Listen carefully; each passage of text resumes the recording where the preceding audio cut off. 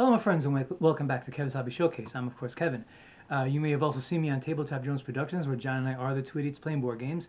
And today, well, second weekend of the month, that's right, it's time for our comic book discussion. Now, I am still hoping to actually spark a discussion. It hasn't really happened yet, but it just takes one time to start, right? So I'm still focusing on the early years of Marvel Comics, and what I decided to focus on this time was the character, the Hulk. Now, uh, it's got an interesting origin to it, in Marvel Comics because, all right, let me just consult my notes here. So, actually, let me just show you. So, where I'm getting all of my material from, this, Epic Collection, the first volume of the Hulk, and of course, I would always say, good read. I definitely check it out if you have the chance. But here's what it contains. So, basically, the original Incredible Hulk series was just a 6-issue series. It did not start off as an ongoing series. So you got Incredible Hulk 1 through 6. Issues from the Fantastic Four, which is number 12, 25, and 26. I mean, basically, the beginnings of the feud between the Hulk and the Thing. Avengers, numbers 1 through 3, and number 5.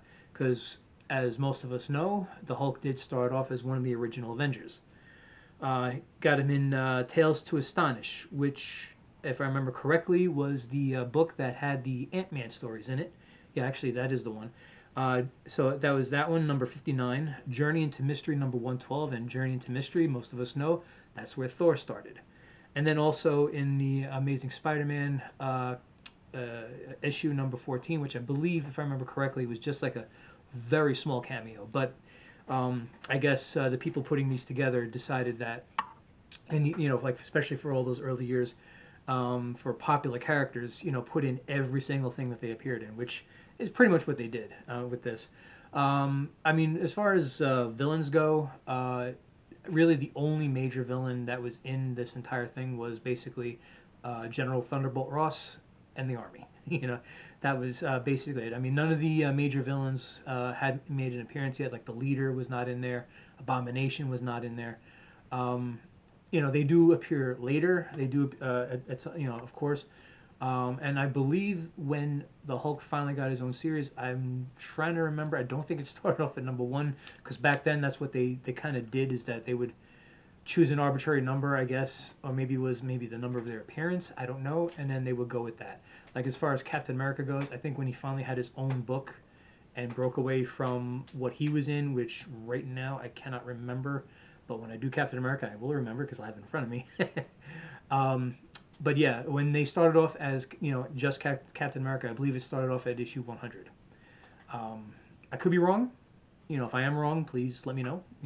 Put it in the chat, put it in the Discord. The link to the Discord will be in the description of this video. I have one specifically for comic books, of course. It says the early years of Marvel, but you can talk about any comics there. But anyway, getting back to the task at hand here. So with the Hulk, one of the interesting things that I always found out, that I always bring out, is that number 1, the Hulk started as gray. It wasn't green. He was gray, and he actually was a bit intelligent in the very beginning. Didn't take long for them to basically kind of switch it over to him being green and more savage. But he started off as kind of like a true Dr. Jekyll and Mr. Hyde thing. He was like I said, he was gray, and he was actually thinking clearly, thinking intelligently, and forming his own plans. Whereas with once he turned green, he just kind of borrowed through anything that was in his way.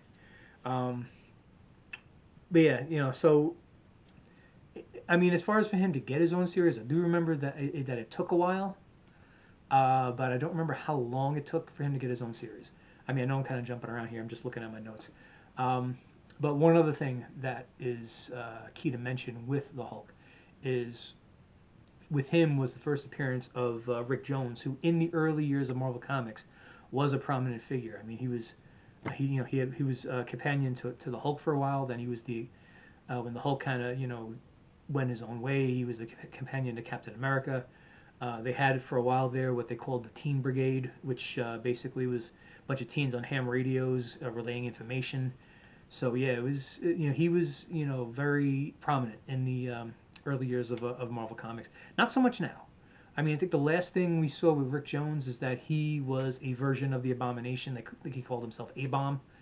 And then they had a story where basically at the time the Hulk was basically taking the gamma radiation away from people, and he took it away from him and turned him back to normal.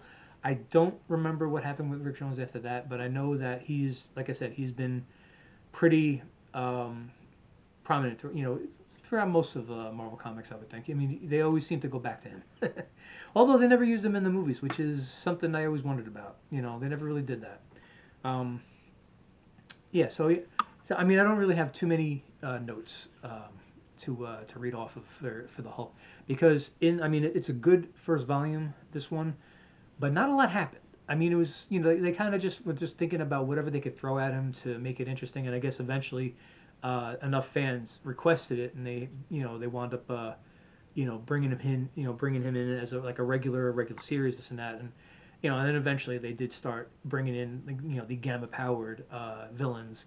But it's not in this volume. I mean, I'm not sure if I have volume 2 of the Hulk for Epic Collections.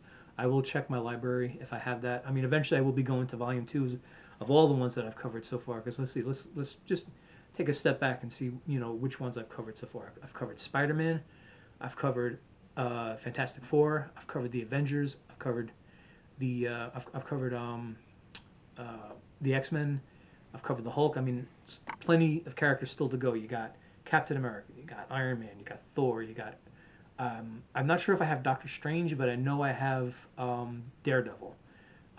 So yeah, there's still more to go as far as the early years go. I'm trying to cover all the volume 1s of these Epic Collections that I have. Obviously I can't cover the ones I don't have. Well, actually, one I forgot. I do have the volume for Ant-Man. That's how I know the was it what did I say? Tales to Astonish was basically his book. It was basically him and the Wasp. They both were in there, but they kind of featured more. Well, probably because back then in the '60s, they featured the male characters more than the female characters. So yeah, it was they featured Ant-Man more than they did the Wasp, even though the Wasp was more of an important character, I think, in the Avengers than he was. But that could be up for debate. You could debate me. But anyway, as far as the Hulk, that's all I got for today. For at least for this, for the very first, like the very first volume of it. So, as always, like, subscribe, and share this video as much as possible to anybody who likes comics, especially Marvel Comics, especially if you know anybody who likes to talk about the early years of Marvel Comics. I mean, I was born in '71, so I wasn't alive when a lot of these came out. They came out in the '60s. I would love to talk to anybody who grew up in that era and remembers reading those. At least remembering when they first came out. I'll be honest with you, I wish the prices were the same, because at 12 cents a pop, I can go into a comic shop and come out with everything. Nowadays, not now with the prices are now, I could go in with maybe $5 and come out with maybe 2 comics. So, but anyway, like, subscribe, share. I'm gonna have the link to the Discord, not only for comics, but also for hobbies in general. Please, anything you want to say, or even just if you want to show off your own stuff, join the Discords. I mean, I do check them periodically. Unfortunately, I haven't had really any activity yet, but like I said, all it takes is one. All it takes is one to spark it.